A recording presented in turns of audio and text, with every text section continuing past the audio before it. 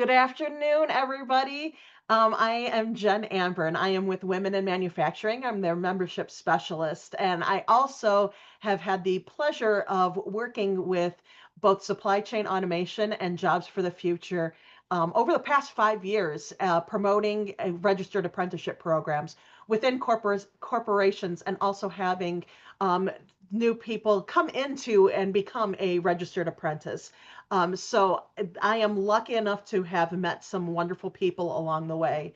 And today I am very pleased to introduce you to three of my favorite people, especially Dorinda Byers, who I've worked with for a couple of years now.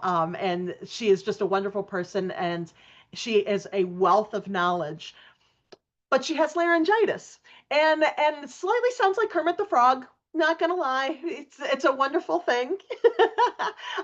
So luckily for us, Kim and Corey are also here with us today, and they're going to be talking about mentorship for Gen Z. And this is a great conversation that we're going to start today and hopefully continue on. So without further ado, Dorinda, please take it away. Thank you, Jen. Dorinda here, aka Kermit the Frog. So my apologies for the laryngitis today. I'm really blessed to have my colleagues Kim and Corey with me, and we're delighted to be here. Jen at WIM has been a wonderful partner to us at the Supply Chain Automation Workforce Hub. We're so excited that you could join us today to talk a little bit about mentorship for Gen Z. So thank you very much for being here. We welcome any questions that you have, and we're going to be taking questions at the end. So we are going to be allowing time for that. You can also feel free to put those in the chat. And with that, we're going to kick off here a little bit, telling you what we are and who we are at the Supply Chain Automation Workforce Hub. You can also put in the chat today, if you'd like, name, role, organization, your perception of Gen Z in one word, and one thing you're looking forward to this summer, because Kim, Corey, and I would like to get to know you all a little better. So my perception of Gen Z in one word is dynamic. I think they're very dynamic and evolving. And one thing I'm looking forward to this summer is taking my nieces and nephews to the indoor amusement park next week. I'm glad that it's indoor and not outdoor with the heat wave we're experiencing here in Ohio right now. Our agenda for today, we're going to talk a little about who Gen Z is. We're going to talk about Gen Z in the workplace. And then finally, we're going to talk about mentoring Gen Z and what do some best practices look like in terms of thinking how we want to set up a mentoring program. A little about us at the Supply Chain Automation Workforce Hub. We're a one-stop solution for recruiting and training supply chain automation specialists. We have partnerships with a number of great organizations all around the country. Organizations like WIM, workforce boards, community colleges, employers. We really touch about every piece of the workforce ecosystem. Some of the things we're working on are webinars like we're doing today to really conduct that education and outreach about the benefits of registered apprenticeships. We offer technical assistance and financial incentives to try to help expand or refine existing registered apprenticeship programs or to stand up new registered apprenticeship programs. We also do things like offer these kinds of trainings and resources. You'll find a number of resources available at no cost to you on our website, including a great mentoring fact sheet and a series of other mentoring webinars that Kim and Corey created. And then we also can help look for those state and federal funding opportunities. We find that many people can get overwhelmed with what happens with an apprenticeship and registering, or creating standards, etc. We can help you with all of that. And the best part is, because we're a Department of Labor intermediary, our services are available to you at no cost. Some of the other types of services and supports that we offer, again, working directly with employers. We know many of you are employers who are here today. We can help you if you're looking to get that registered apprenticeship program established. We're also helping educational institutions do things like create curriculum or develop curriculum. We're helping to make those connections if an employer is looking for someone to offer related technical instruction. We're helping do things like develop standards or register apprenticeships. So we really offer a wide variety of services that can help really simplify that apprenticeship process and make it less complex for employers and partners who might be interested in sponsoring an apprenticeship. And now I'm going to be turning it over to my colleague, Corey DiBiase, Take it away, Corey. Looking forward to hearing from you and Kim today. Thank you so much, Dorinda. I will say I think my best comp in the greater Muppet cinematic universe is probably Fonzie Bear, but in the name of my professional dignity and the general, keeping the annoyance level of the audience as low as possible, we're gonna just move right past that. And as we talk about who is Gen Z, let's skip right to the next slide if we could, and just gonna lay out some of the things that we want to be bearing in mind here as we get into thinking about how do we connect with folks in mentorship and apprenticeship. First of all, this is when we look at that range between 97 and 2012, first generation that's raised entirely in the digital age. This, of course, has a significant effect on how folks socialize, how folks learn, how folks think about the idea of knowledge and expertise, as we'll see in future slides here.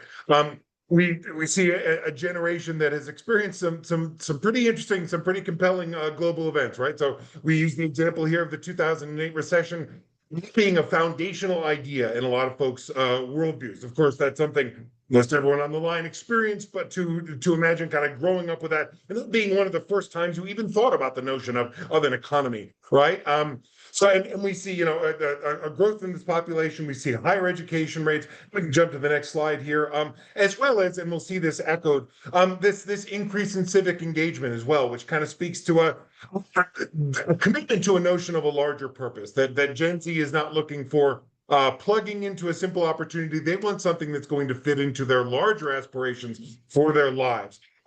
So we see that here. This is a group of folks that sees themselves as leaders and is aspiring to leadership roles and is thinking about that early in their careers. Not saying folks are banging on that C-suite door and insisting on it, more to say that folks are looking at that and folks are looking at how to put their stamp on the places where they work, put their stamp on the offices that they're in, the construction sites, the work sites that they're in. And this is a group of folks that is much more open about, when I think about myself in my career now, certainly in my career when I was younger, talking about things like job satisfaction, salary, my opinion of my supervisor, those kinds of things. It was never something I would have thought of doing early in my career. That's something that this generation is much more open about. And of course, that might make some of us uncomfortable, but probably fundamentally, it's a very good thing.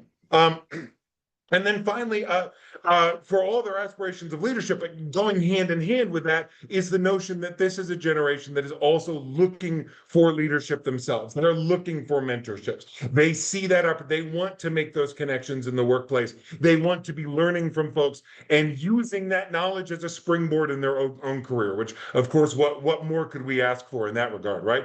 We can jump right to that next slide, please, Dorinda. Some great quotes here. I want to focus in on one that always strikes me as we're doing this presentation. This on the top right-hand side here. I wish folks would take the time to understand each person's unique position in life and realize that life is not cookie cut for everyone. Now, of course, we can look at that globally. The comprehensive 360 degrees of our lives. Of course, our lives are different.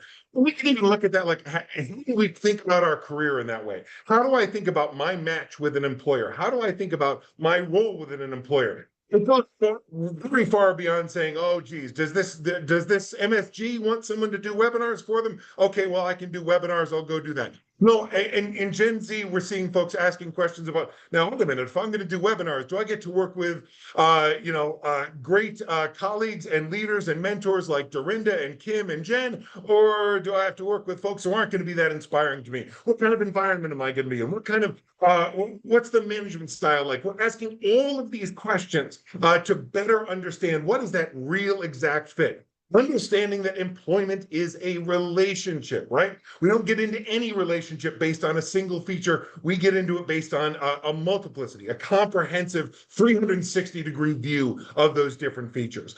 So I love that quote. I love that insight. And I think I love what it tells us about this generation and how they view career, how they view work in a way that's, I think, really very different than some of the things we've seen in the past. If we can jump right to that next slide, please, Dorinda. And I move that hands it over to my colleague, Dr. Harris. Thank you so much, Corey. And I really do appreciate, what the foundation that you've laid out in this conversation as we talk about Gen Z and thinking about, all of the things that Corey lifted up, giving us the context, right? The milieu, if you will, the place and space, all the things that have created the culture that we know as Gen Z in this generation. So, we talked about those things that basically impact and shaped how Gen Zers came of age and how they came to be and see the world. They are operating, as Corey lifted up, this is a generation born in the tech age. They are very, that plasticity, they adapt to this high tech environment and how quickly things adapt, apps that they can download, how those things impact how they interface with others. A more connected world, a smaller world, a flatter world, if you will. They really don't see boundaries and barriers in the same way. So what does this mean from the standpoint of how Gen Zers work, how they integrate into an existing corporate business organizational culture? And that's really what we're going to spend a little time talking about in these next couple of slides. So when we talk about Gen Zers in the workplace, as this particular slide lays out, because of all those things that we've been talking about, it's a bit of a struggle. We're looking at a survey from 2024 that shows that around 80% of frontline Gen Zers are talking about burnout, right? They express a feeling of burnout. And similarly, nearly a fifth of their managers have considered quitting due to the stress that they have encountered managing the Gen Zers. We're talking about these different ways of viewing the world, coming of age and coming into the world, and how does that mix into an existing corporate culture? So there are things to be mindful of around heightened emotional awareness. Gen Zers are very expressive and willing to reach out and emphasize the importance of self-care, mental health, and also too, though there is still this tension around separating emotions from work. There are different communication styles. Corey talked about the fact that we're talking about a generation that's highly interpersonal in many ways, emotive in many ways, but very comfortable in communication styles that are distal. So they are very comfortable with the text, where let's say some baby boomers and some millennials, depending upon where they were born in that millennial range, may not be quite as comfortable. Gen Zers also talk about this feedback vacuum. They really desire a need for interaction, engagement, communication, hearing, hey, how am I doing? Not just in the beginning and in the end, but in different mile markers along the way. So because of several of these things, there are misaligned values, right? Because as we've said before, generationally, we're talking about, an epoch of time for Gen Zers where there were huge things that were happening that shaped the way that they moved and came into the world. Their comfort with technology, the way that they view global barriers are just not the same as the way that many of us who are not quite maybe in that Gen Zer category view it, right? We don't, see the world without, sometimes we don't. I'm not saying all, but Gen Zers have a way of seeing the world without as many partitions, and that does impact the way that they want to engage, right, with folks. And yet at the same time, there are some of these ways that they view, utilize, and call upon technology that may also impact how they engage with us in that workplace. And then also all of these things can result in some unmet expectations. But all is not lost, right? We have to know the landscape that we're dealing with so that we can think about, prepare for, and mitigate some of these things that could pose challenges as Gen Zers become more of a presence in the workspace. If we could move to the next slide, please. So thinking about, those challenges that we lifted up, given the context that we've been discussing, how do we build a high functioning, high thriving, multi-generational workplace, right? So there are just some things that we have to be mindful of.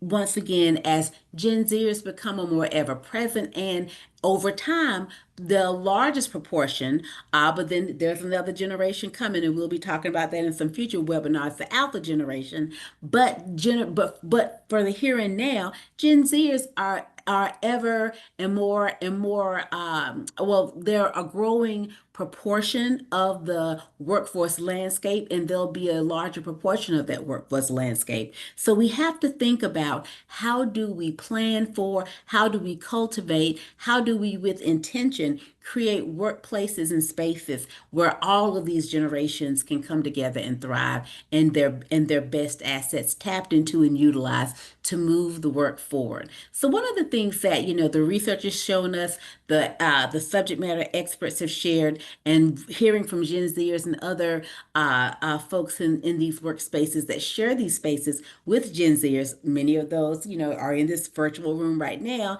is that it really is important to think about, how do we foster cross-generational collaboration? Thinking about some of the things that are going to be, really important. Leveraging technology as a way to connect different generations. It really is important to not only share the knowledge, but share the knowledge in ways that it can be received, right? Acknowledging that Gen Zers, for the most part, are very comfortable with, not only technology, but the rate at which technology changes, and they adopt and adapt that really, really quickly. So that can be something that could be leveraged in ways that can help move organizational comms forward in ways, but there has to be some thoughtfulness and intentionality around that.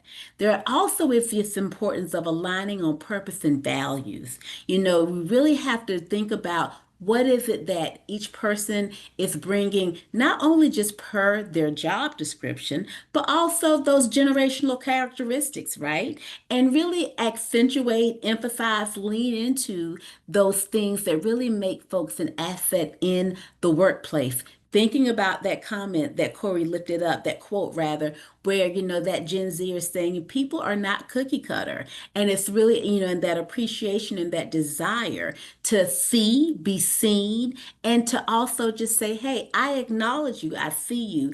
And maybe even pushing that a little bit further to say, not only do I see you, but part of our interaction, our engagement, our workplace dynamic is, I want to get to know you and invest in you from a mentorship perspective. We'll be talking about that in just a bit, and in different ways where I can basically bring out, draw out, tap into those things that make you unique as a Gen Zer, or the things that make you unique and dynamic as a millennial, or what have you. And how do we bring all of that goodness into the workspace? Customizing engagement strategies, right? Tailoring communication and recognition growth opportunities for each generation. Not to say that it has to be this extremely granular and unique proposition, but saying that, what, there can be some common practices or ways of doing things that are responsive to the workforce that comprise our organization. Is it a combination of some digital forms of communication or platforms, or and maybe some things that we consider to be a little bit older, like some billboards, or not billboards. See, I'm dating myself. The announcement boards, or do we marry, do we combine communication and ways of working that we may consider or think of as outdated? And do we combine those with things that, let's say, Gen Zers might be more responsive to? But outdated is a relative thing. It really depends upon the purposes of our organization. And then there is promoting employee value, redesigning those career paths. So being responsive to the things that Gen Zers value, and not just Gen Zers, but all workers within the organization, but keeping in mind that there's a wave of workers entering into this space that we're calling Gen Zers, who really have different values and certain incentives and certain motivators that may have been very effective for one wave of generational workers, may not land or hit the same as some Gen Zers like to say. So we have to be mindful of, what are the things that Gen Zers value and other workers within the organization, and how can we be responsive to that? And then also to integrating, so embedding Gen Z thinking and strategy, integrating these intergenerational perspectives into workforce planning. So oftentimes, what will that be? That could be as simple as having some intentional conversations with different representatives of all of these different generations that comprise our workforce. It might be surveys. It might be a panel of advisors. It could be one or many of these different things, but making sure that we incorporate the voice of our stakeholders, which in this case are our workers, into the way that we plan for, envision, and do the work that we're doing within the organization. So the next slide, please. So when we think about these workplace priorities and transparency, I'm thinking about the things that really motivate, drive Gen Zers. Some of the top reasons why Gen Zers choose the organizations that they've chosen. Gen Zers definitely value work-life balance. They're not big on the leadership components always, but they definitely want work-life balance, careers that pay well, careers that are responsive and respectful to the totality of who they are. So, if they are advocates in community, if they're parents, if they are whoever they are, however they are, they want a job that respects that and really does not infringe on those other equally valued aspects of their identity. Learning and development is huge. Salaries that really are, compensatory to and for the work that they're doing. So they want to be compensated on par with the work and the contribution that they're making. They also want to be trained for the work that they aspire to do, right? And so they're thinking of, so for Gen Zers, there's a lot of conversation around a lot of different ways that they value compensation. Is it just salary? Is it just, always a monetary thing? Or can it also be training and preparation for the opportunities to come? Definitely positive workplace culture and also flexibility as well, and some of the other things that you see there on the slide. And then some of the things that were drivers, the push outs, some of the reasons why Gen Zers left their previous organizations. Pay, is one thing that, of course, is one, when they feel as if their compensation is not on par with their productivity and contribution. Lack of career advancement opportunities. Gen Zers looking forward, prospecting. What are the things that I'm learning, preparing me for? What else can I learn? And then also the different the rest of the list that you see there. And could we go to the next slide, please? So as we think about, developing leaders, first of all, it has to be, said and important that, Gen Zers and how they view and value leadership, it's changed, right, over time. The C-suite for Gen Zers doesn't mean the same thing that it meant for some millennials and for Gen Xers and what have you. So we're talking about a generation of workers, a generation of folks who, for them, yes, compensation is important in all of those things, but it's just not a one and done. So shifting perspectives and definitely investing in growth, in leadership growth for sure. Definitely wanting this appetite, this desire for projects that stretch and enable them to really kind of apply different things that they've learned along their career journey, and a strong emphasis on mentorship programs. Next slide, please.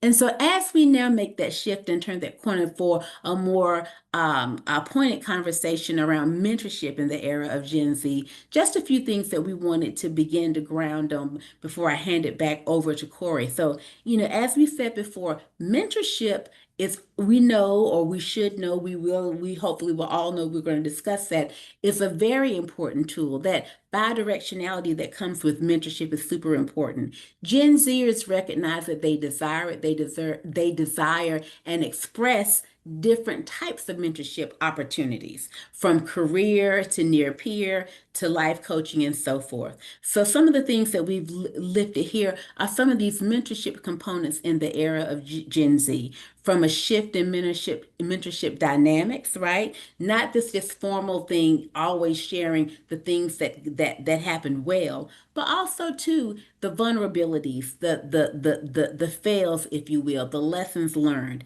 So authenticity matters for Gen Zers.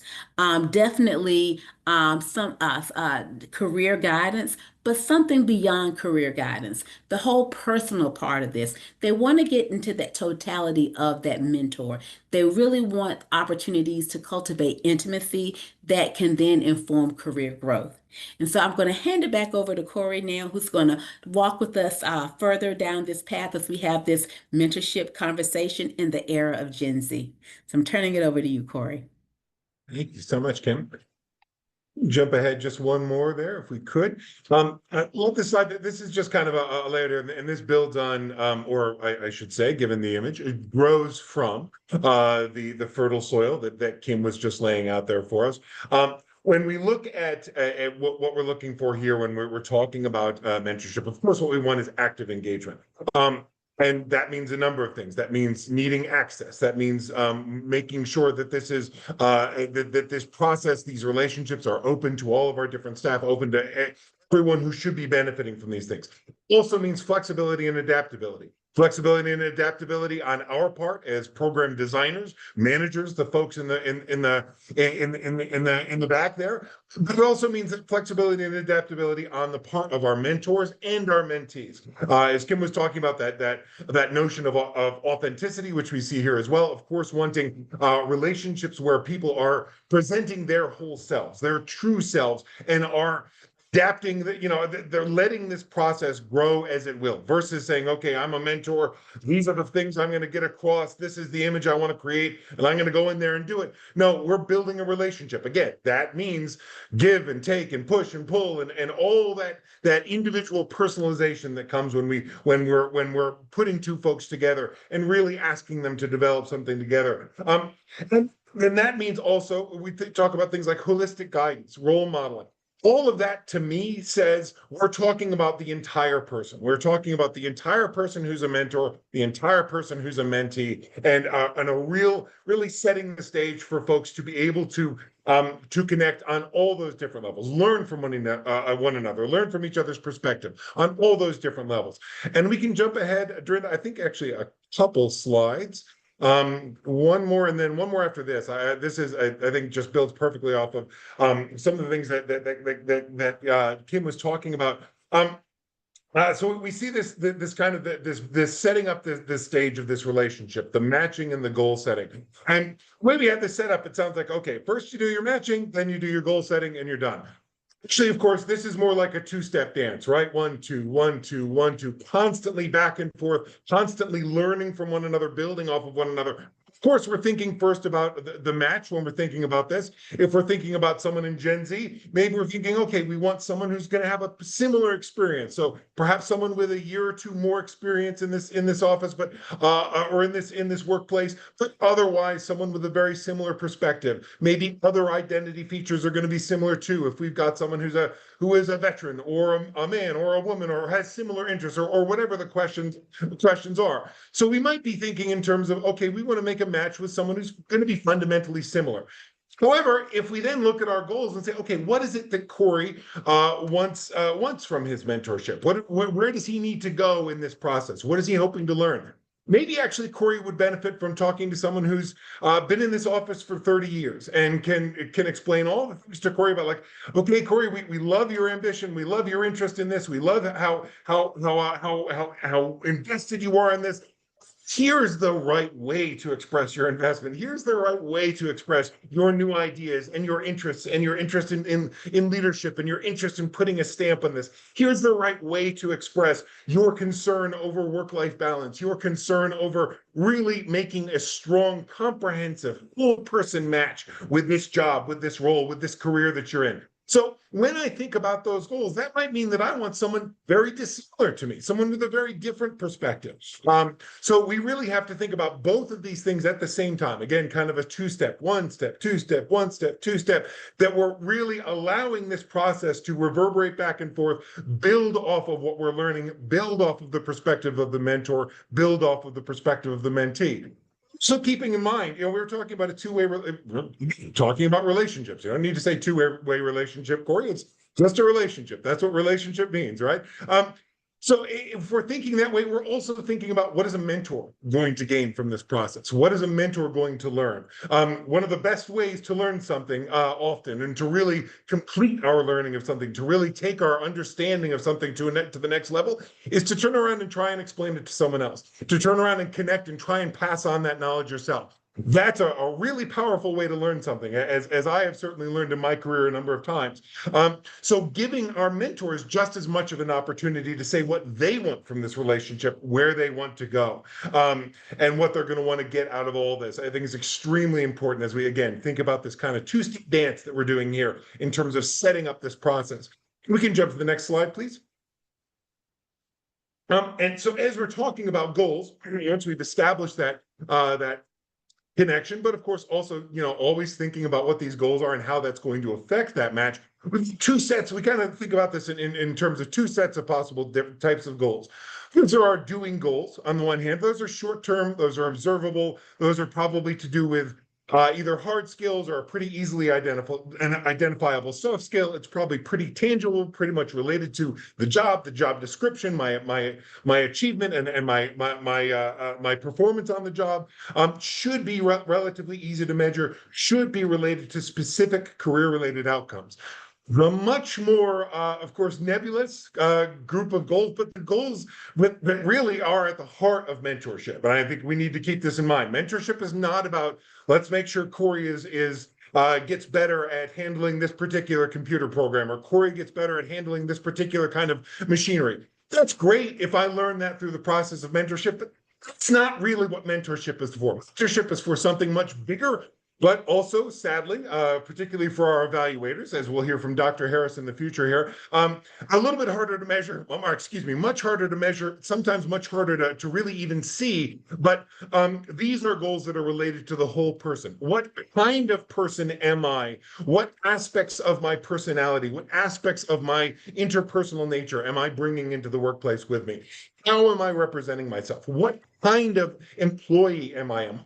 What kind of colleague? What kind of leader? What kind of team member? How do I define myself in this way? Not to say that we're changing people into a different person, but we all know that as we think about who we are, there are so many different facets to ourselves, so many different facets to the way we might present ourselves, that we need to be thinking about that. And this is what we're learning, right? Is what is the right way for me to be me? Again, I'm not saying, okay, Kim, it's time for you to become, no. We're saying, Kim, we want you to be Kim. You got to be Kim. But what is the right way to be Kim in the best possible way in this workplace? What's the best possible way to be Corey, to express my thoughts, express my leadership, put my unique stamp on this, but again, do it in a way that's really going to be impactful.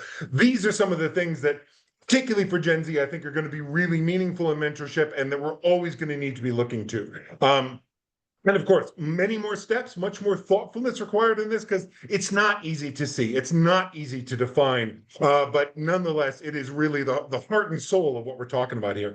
We can jump to the next slide, please. So what we're trying to do, again, we're still at this kind of early stage of this relationship, but what we're trying to do as sort of the garden tenders, right, is the folks who set the soil so that something truly wonderful can grow within it. We're trying to cultivate a space for this relationship where this relationship can grow and grow where it needs to go, right? We want the mentor and the mentee to take ownership in this process, not one or the other. We want them both to take a sort of collaborative ownership of this process, to let it go where it's going to go based on who they are, what their goals are, what their interests are, and what unique thing happens when we turn these two I's into a we, when we take these two individuals and turn them into a small group, into a team here. What's going to happen? We want to give that the space to go where it's going to go. Of course, as you'll see, we want to establish our expectations. We want to clarify things for folks, give them the information they need. But fundamentally, we want to create a space where whatever beautiful plant is going to grow here, we let it grow in the way that it wants to, and we give folks the space and the support to let that happen. And we can jump right to the next slide, please, Trent.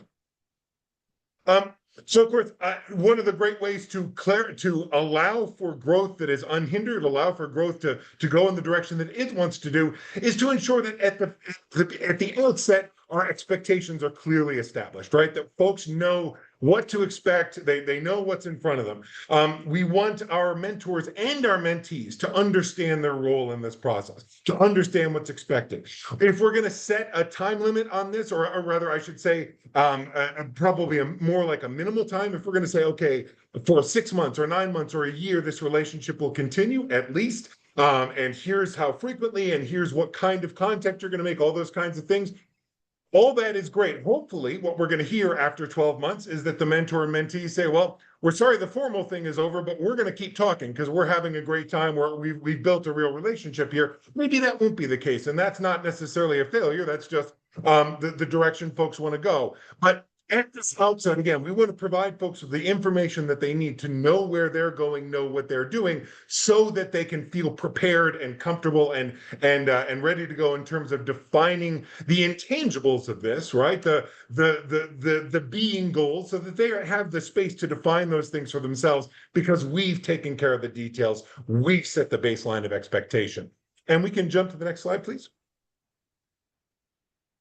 And there we go. And I will hand it back to my colleague, Dr. Harris, to talk about how do we evaluate this? How do we understand this whole process that we're doing here and make sure that we're doing it as well as we possibly can? Dr. Harris. Thank you so much, Mr. DiBiase. I appreciate you, Corey. So super quickly, just to kind of tie this up with the bow, right? Metaphorically, we know there's a lot more to unpack and happy to have those conversations.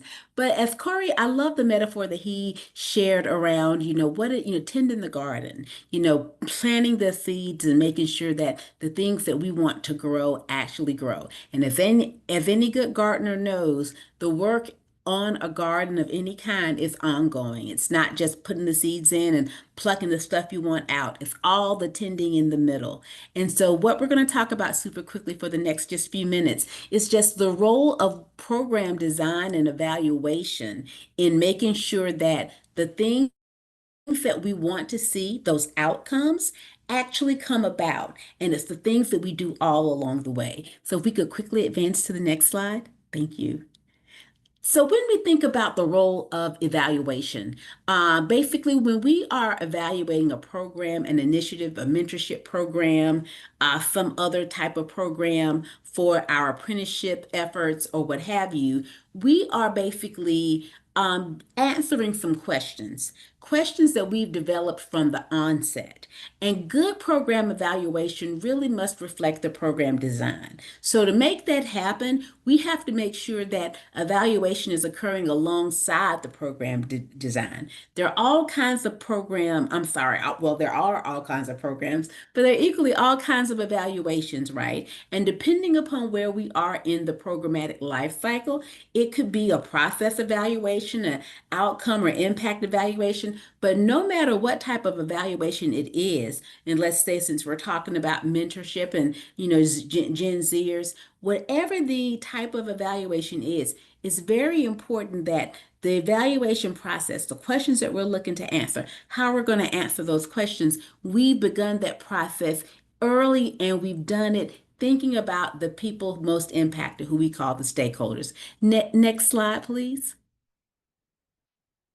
So when we are thinking about good evaluation, we should be thinking about those program elements, right? What is it exactly that we are evaluating? What is it exactly that we are looking to assess and measure? So in this particular example, thinking about, a mentorship program that's designed to help participants master a particular skill of some sort, we have to say, okay, what does it look like for that skill to be mastered? What would it look like? What should it look like? And for us, that is what good evaluation is going to be doing. It's kind of a little bit of reverse engineering because we're starting with the end in mind and we're working alongside, clients to answer those questions, and not just the clients, right? The folks that are impacted by the things that the clients are looking to do. Could we go to the next slide, please?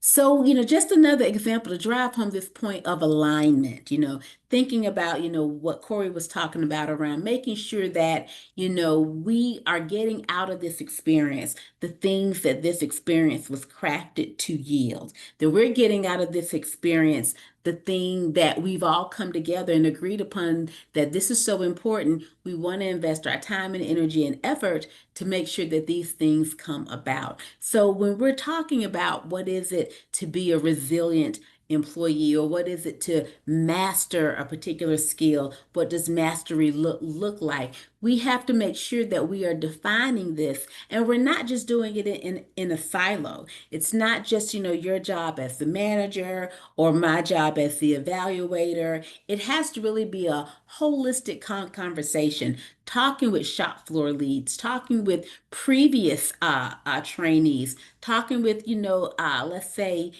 individuals who started as apprentices who are now, let's say, journeymen or master trades folks in whatever area we're talking about. But making sure that as we are thinking about what these metrics are, we are basically having as holistic of a conversation as we can to make sure that the things that we have agreed upon to be the things that we're going to measure, the questions that we're looking to answer, i.e., those indicators, are the right questions to be seeking to answer, and because we know that the methods that we utilize will be informed by those questions.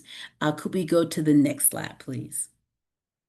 So we have some examples here just to kind of continually drive home that point around, what does it look like to make sure that the program evaluation and the program design are appropriate? So let's just take one of two of these. A program that, is developed for veteran participants in a STEM apprenticeship program.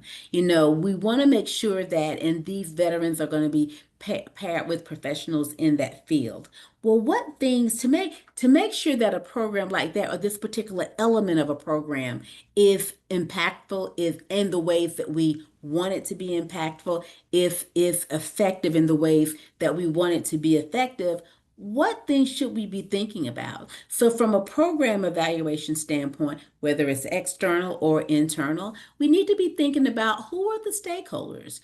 Definitely the veterans who are going to be the apprentices and be the trainees, but also the folks with whom they're being paired, right? So is there a level of comfort on the part of the veteran trainees to be vulnerable and to come into this space, as Corey so eloquently put it, bringing their whole selves, being able to admit the things that they may not quite understand, or the traumas that may impede their progress in a way? And then do the mentors feel comfortable and clear to be open, honest, and give honest critique? And what does that look like? Is it self-reports to get that information to know if this indeed happening? Is it, a focus group or interviews? But it has to be clearly identified and defined, and then we clearly develop steps to be able to measure that. Could we advance to the next slide? And then another example, if we're talking about a trauma-informed approach, if we have a program that basically is looking to, let's say, work with a priority population who we know, let's say a veteran population, individuals who may have been housing insecure, and they may have, we anticipate that there's a high likelihood that there have been some traumas that they've encountered, then how are we training the mentors to be able to mitigate or avoid those traumas, or avoid re-traumatizing them? And how do we measure that? So it won't just be enough to measure the mentorship program itself. How are we measuring even the preparation? Because that's going to be an integral part of that. So once again, just making sure that what it is that we're looking to achieve, and then how we are basically defining what achievement is, that those things are that we are in that we are aligned. As one of my aunts used to say, that we're all on the same, not only in the same hymn book, but on the same page in the hymn book, so that everything is as it should be in that way. And then also too, have we checked in with the stakeholders who it makes sense to check in with, right? So that we can make sure that we're defining things in the same way and that we're working toward the same goals. And if we could advance to the next slide. And I think that takes us to the end of our presentation. We want to hold some time for questions and curiosities that may have bubbled up over the course of the conversation. So I'll turn it back over to Corey and Jen to field those questions. I think Jen, you will probably be fielding those questions. So we'll turn it over to you. I will. And just a reminder, if anybody has any questions, that they could put them in the Q&A button at the bottom of your screen, or you could place them in the chat and we will ask them. But thank you all for this wonderful presentation. I know there was a lot of information that you just gave out to everybody, but I'm asking for just a little bit more. What are the top 3 best practices that you have seen in mentoring? That is a great question. Corey, do you want me to dive in first with my Yeah, why thoughts don't on you that? dive in and I'll follow up. Absolutely. Well, I think one of the things without doubt that has been a really impactful and effective mentoring strategy, thinking about starting in the beginning, begin in the beginning, thinking about that matching process. And, that can take on many different forms given the resources that one might have.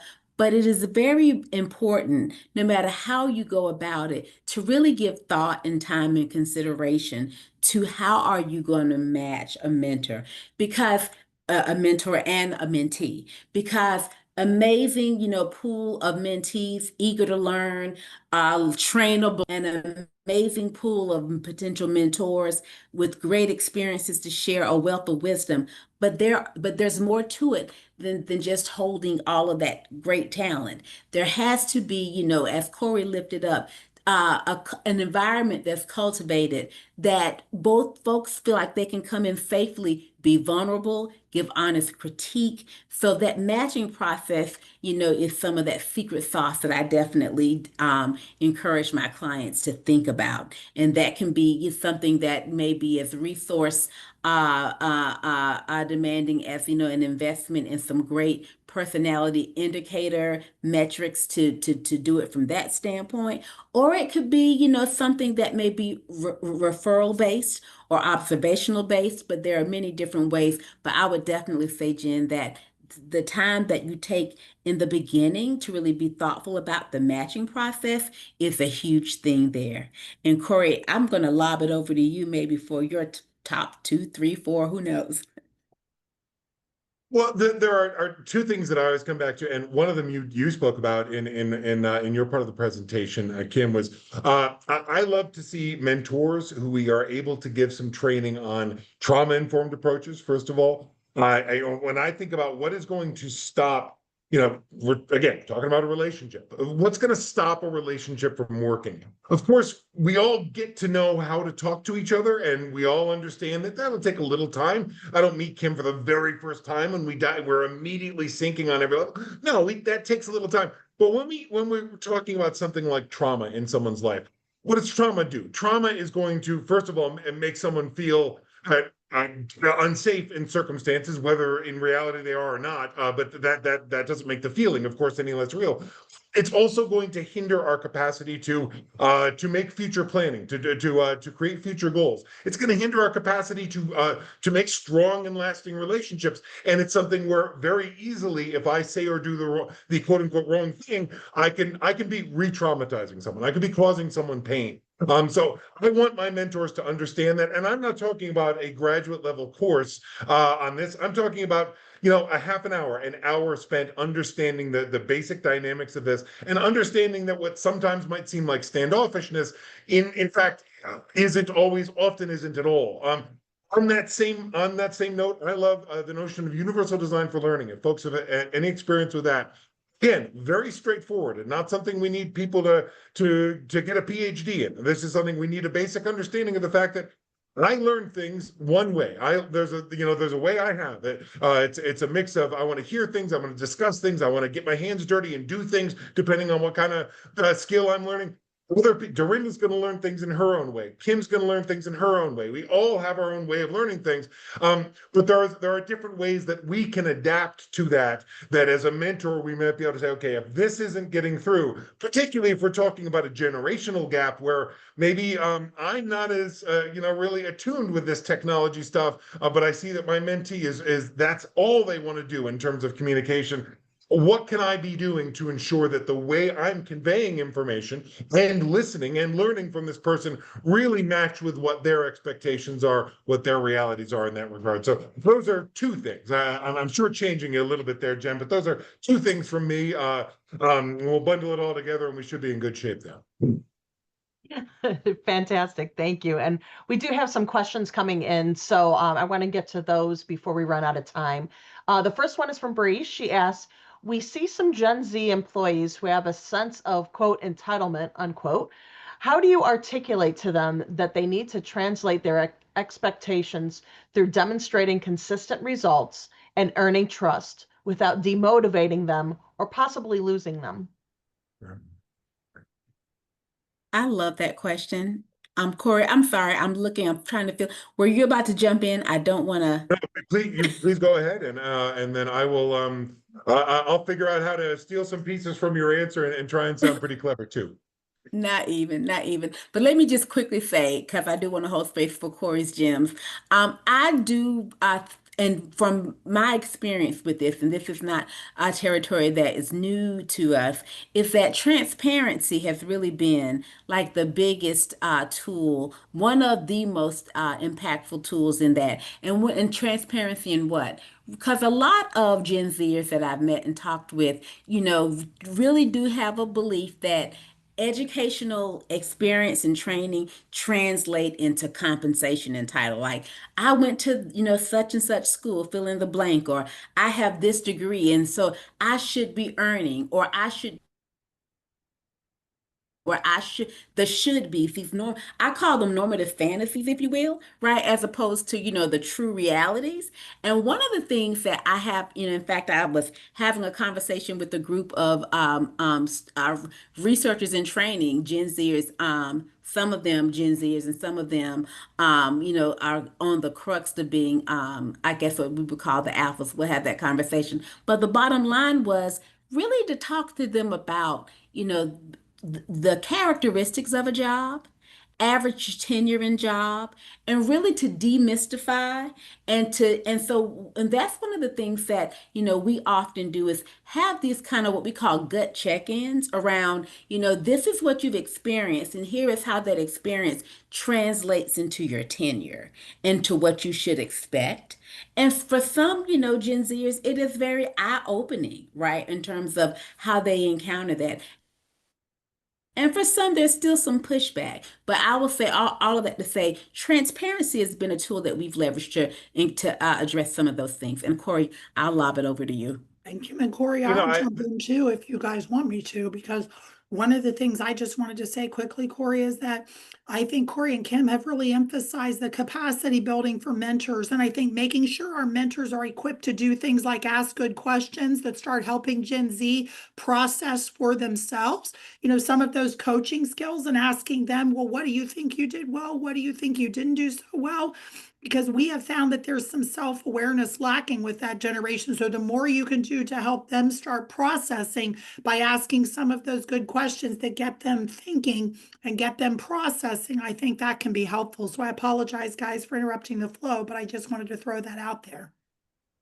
No apologies needed. I love that, and I really don't have a lot to add to either of those answers, aside from saying that I think in some cases where folks, and this is not true of everyone, but I know I would think in some cases where we've got folks who seem like they're maybe pushing a little bit too hard. Sometimes that's a lack of self-confidence. Sometimes even beyond a lack of like, okay, awareness of how am I supposed to be conveying my ambition and my desire to push forward here? Aside from even that lack of knowledge is the sense of like, I don't know that I belong here. I don't know what I'm doing here. I don't know if I'm fitting in. I don't know if I'm doing what I'm supposed to do. So and I know when I'm in that situation, I either feel like, okay, I'm going to fold into myself completely, or guess what? I'm going to just hard charge it and see what happens. And that's how I'm going to figure it out. And I think sometimes, again, there are lots of different Gen Z folks, obviously, a lot of individuality there. But in some cases, I see folks who are, when they're hard charging a little bit and charging a little bit too hard, it's in fact that they're kind of pushing themselves in a way that in this mentor relationship, we can say, hey, wait a minute. Actually, you don't need to push yourself that hard. You don't need to be pushing us that hard either, right? I love it. All right, next question. What tips do you have to help companies that are skeptical to understand the importance of mentorship and the critical components for a successful mentorship for pre-apprentice and apprenticeship programs? I'm going to start. I'll start off this one, but I can be very straightforward. I wish maybe Dorinda, you can find it faster than I could. I was just looking on our website to try and find some of the sessions we've done. That one of which I believe, Kim, if I'm not mistaken, was the value of mentorship for employers, something to that effect. But I mean, the bottom line to me is like, okay, and how many times have we heard this? I don't know what the exact number is these days, but we all know the statistic about what it costs to hire someone, what it costs to replace folks in positions that leave prematurely, particularly in career positions. And mentorship to me is this is one of the ways that we up that retention rate, and that's not. To me, research shows that as well. But if we're looking for a way that we know that's just going to be that much more likely that Corey and MSG are going to stick together well, you know what? A way that we can make that more likely is let's hook Corey up with Dr. Harris and let Dr. Harris provide some insight and some thoughtfulness and some vulnerability and some jokes and some time spent. And that value it's really hard to explain how important that value can be. But like I say, I think we do have some sessions, some recordings that might actually help with that as well. And I will jump in real quickly because I think the other thing is the ROI data around apprenticeship. There's a lot of really good ROI data. You can also find some of that on our website. We all know companies are looking for that ROI. So what that ROI is on mentoring and on apprenticeship in general, I think is really critical. And we will try to make sure, Jen, that in our deck, when you can get that sent out, there should be some of those links in there for those mentoring resources that Kim and Corey were talking about. Absolutely. Fantastic, thank you. And I think we have time for one more question from Becky. Thoughts on the use of lean-in circles? We are trying them out and have found, quote, all generations, unquote, to be a bit more receptive to this versus individual singular mentor/mentee relationships.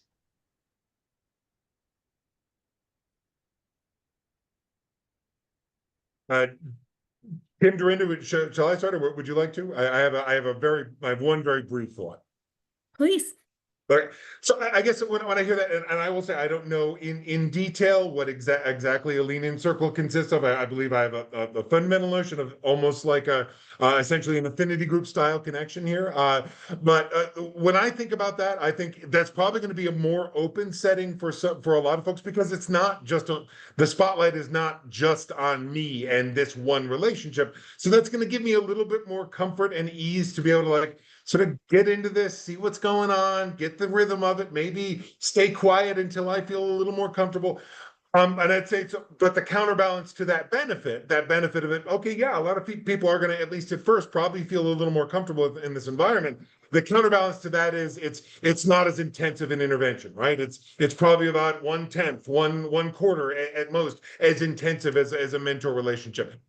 As I think about it, I would think like, okay, can one be a springboard to the other? Can we use that kind of setting, which is probably doing a lot of the same things that mentorship will do, but again, like at probably just a lower level of intensity, certainly at a lower level of individualization.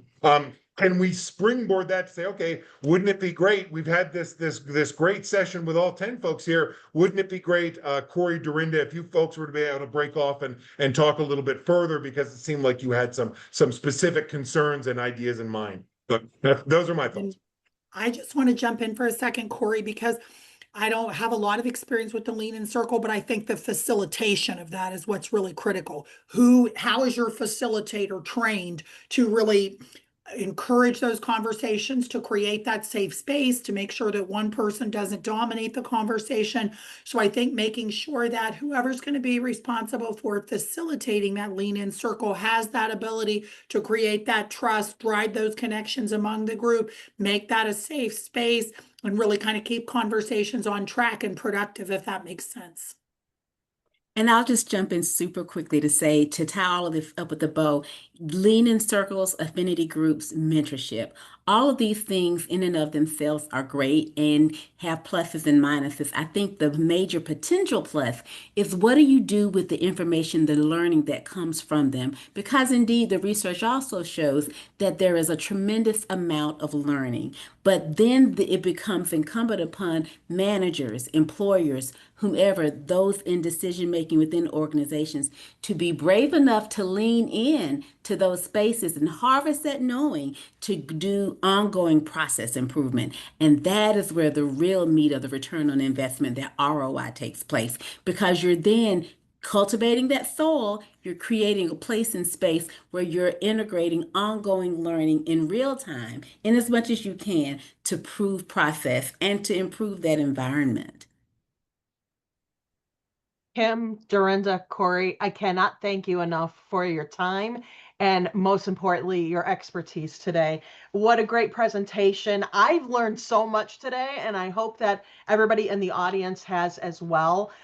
Just so everybody knows, we did record this session and we will post it. So if there's anybody you want to share it with, or if somebody missed it in your group and wants to hear it, this will be recorded and sent out to everybody who registered for the event.